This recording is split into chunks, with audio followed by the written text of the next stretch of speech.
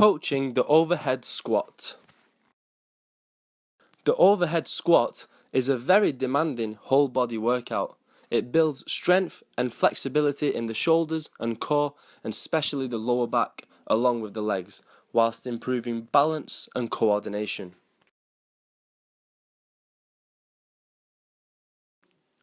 First of all, we will look at the primary muscles that are activated during one repetition of an overhead squat. Quadriceps, made up of vastus lateralis, vastus medialis, vastus intermedius, and rectus femoris. And now we will look at secondary muscles that will also be targeted during one repetition of an overhead squat. Deltoids, erector spinae in the lower back, abdominal muscles, hamstrings. Hamstrings are comprised of bicep femoris, semitendinous, semimembraneous. Calves are also activated, so gastrocnemius and soleus, and also gluteus maximus, gluteus medius, and gluteus minimus.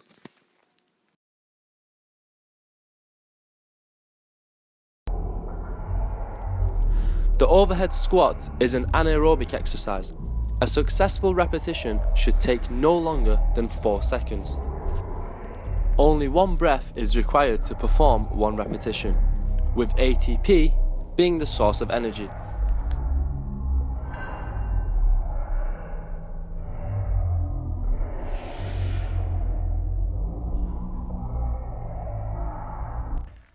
The overhead squat is one of the unique exercises that engages the whole body.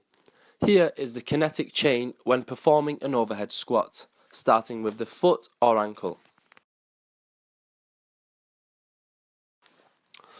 So, starting from foot or ankle, we then go on to the knees, then lumbo-pelvic hip compels, and finally the shoulder and cervical spine.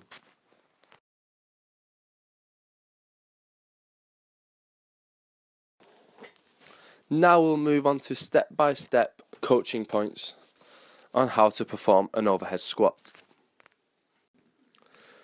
Grip. A wide grip is required. Place your hands just outside the rings on the barbell. If no rings are found on the barbell, then grip the bar 6 to 7 inches wider than shoulder width. Ensure thumbs are wrapped tightly around the barbell as shown on the screen. Starting with a back squat position, with the barbell resting on the trapezius. Slightly dip the knees and drive up with the barbell, locking out elbows by extending the triceps. This is how it should look like from the posterior angle. Symmetry is key for a successful lift. Therefore, use mirrors if accessible to look at form. The barbell should be held directly above the base of the neck and above the center of the feet, as shown on the screen. Feet should be placed slightly wider than shoulder width and slightly pointing outwards. This will ensure greater stability on the descent. So as you can see, feet are just wider than shoulder width. Elbows are locked out at the top with the barbell directly above the head. The head and spine are in a neutral position looking straight ahead. Your eyes and head dictate what the spine does. If you're looking down, you will subconsciously lean forward, so keep your eyes on the horizon. This is how it should look like from the lateral view. Remember to steady yourself prior to performing the lift. External rotation of the shoulders is key. This can be achieved by rolling the elbows forward. On the descent, torso needs to remain upright by extending thoracic cavity. Do not lean shoulders forward. Keep the scapula tight and retracted. Firstly, break at the knees as opposed to the hips because of the position of the load. The depth you achieve will most likely be compromised from doing an overhead squat as it demands more hip mobility, but ensure you dip to at least a 90-degree angle at the knee joint.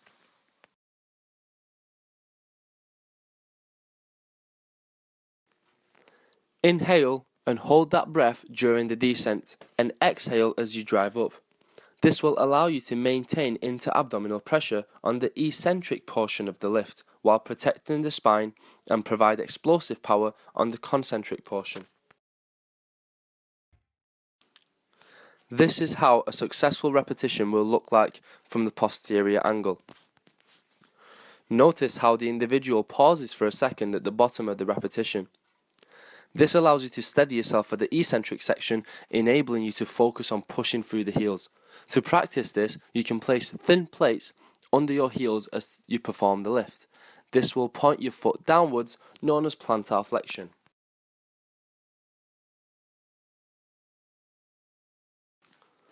Common mistakes to avoid for a beginner.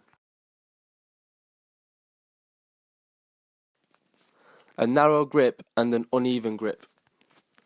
Although a narrow grip aids both shoulder flexibility and mobility, beginners should focus on a wider grip for stability. Also, ensure both arms are fully locked out. As you can see on the screen, the individual hasn't locked out his right arm, leading to a slanted barbell, which could injure the individual if there is weight on the barbell. This is because there will be more pressure on one side or on one of his joints. Also, weights could fall off if there are no clips attached. On the descent, this is how the individual could end up if arms aren't fully locked out. This will compromise balance and overall technique. Looking down. Looking down can make you subconsciously lean forward, compromising a neutral spine. This could lead to an uneven distribution of the weight over the body as it will no longer be directly above the individual's center of mass. So ensure you maintain a neutral head position and look straight ahead at all times. Beginners may not have developed hamstrings or hip mobility, so practice with a light barbell. As in this instance, the individual has used too much weight, causing an imbalance on the concentric portion of the lift.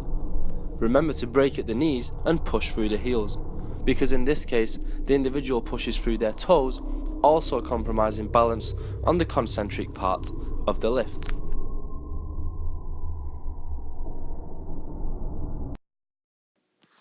Ways to improve form.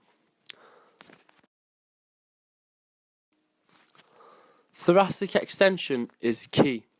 The ability to stick your chest out and attain a natural arch in your spine is a crucial factor in determining whether or not you perform a successful overhead squat.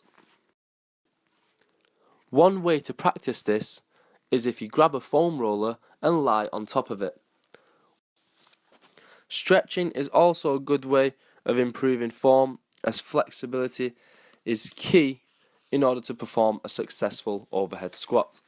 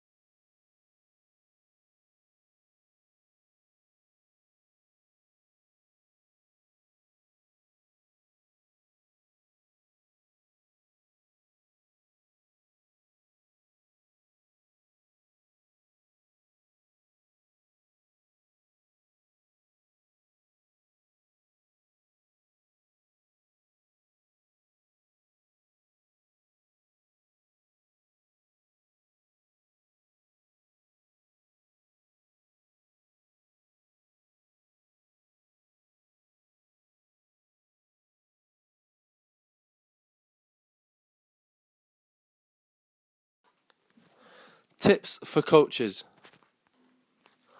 When looking at the athlete from a lateral view, look for excessive forward lean or rounding of the back. Work needs to be done if these are spotted. From the posterior view, look for rising of the heel and an asymmetrical weight shift.